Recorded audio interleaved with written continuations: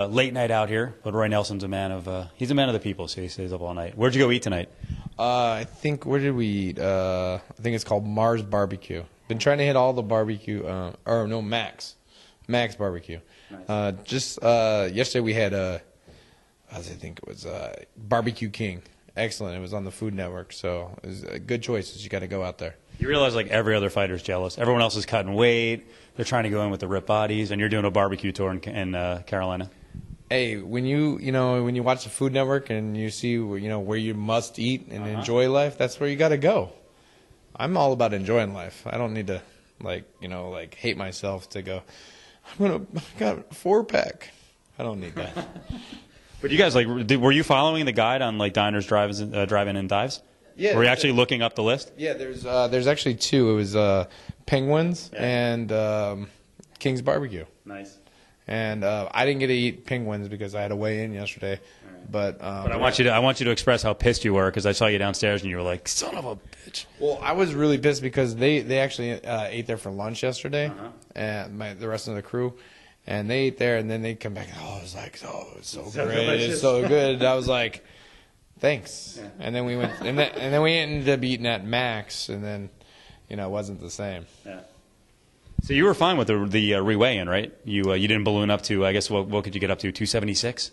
Yeah, 276. That's gonna be that'd be a far stretch for me. I even had ice cream the night before, but it wasn't gonna be enough to put 13 pounds on. Nice. So what was your favorite barbecue? Brisket, the ribs? What do you like the most? The favorite that tonight we had the brisket, and that was excellent from Max, and then for Barbecue King, it's the barbecue chicken. Nice.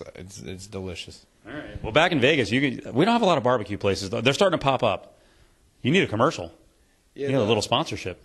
Yeah, no. The only other barbecue places I've had really tasty are actually in Texas. Mm-hmm. But in Vegas, I had what's that Wild Day or no? Famous Dave's, a big chain.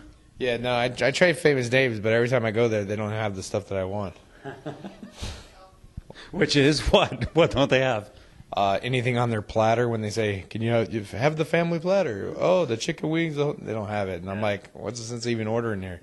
Well, Roy's a very finicky guy, man. If you're not going to satisfy him, do you go anywhere nice? Like, you got a big bonus. Do you actually go nice places with the mullet, with the gut? Like, do you ever get dressed up and take the wife to a upscale restaurant, a 4-star restaurant?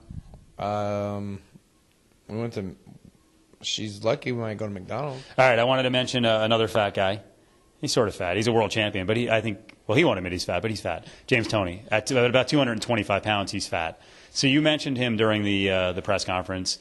You actually mentioned him to me first at the Magic Show. Remember, we were talking about him. You didn't think there was any way they were going to sign James Toney.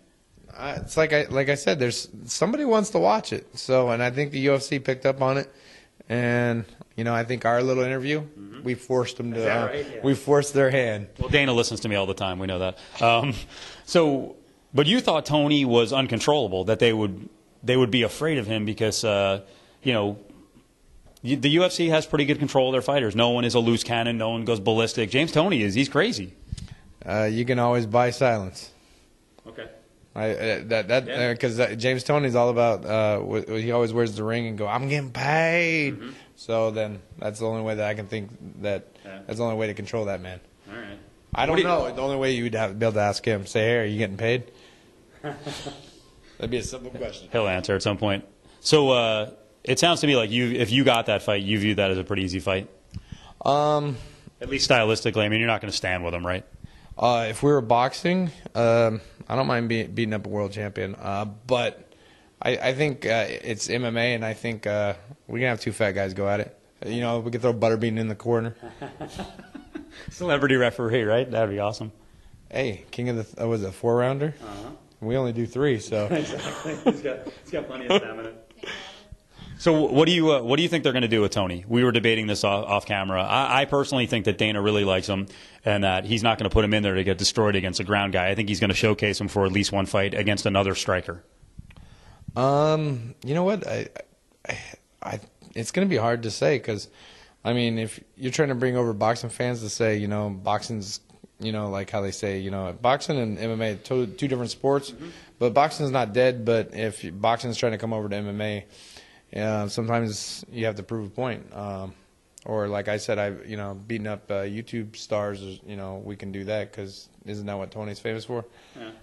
But you notice they haven't. I don't think they set Kimbo up to look like a jackass. I mean, they did in the show because they couldn't control it.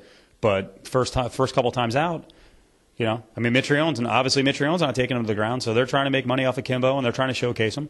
No, the one thing about Kimbo is Kimbo's a great, he's a great stand-up fighter, and he's been working on his ground. He's been, adding that, but Matt doesn't have a ground game at all, so it's just a fun fight to watch.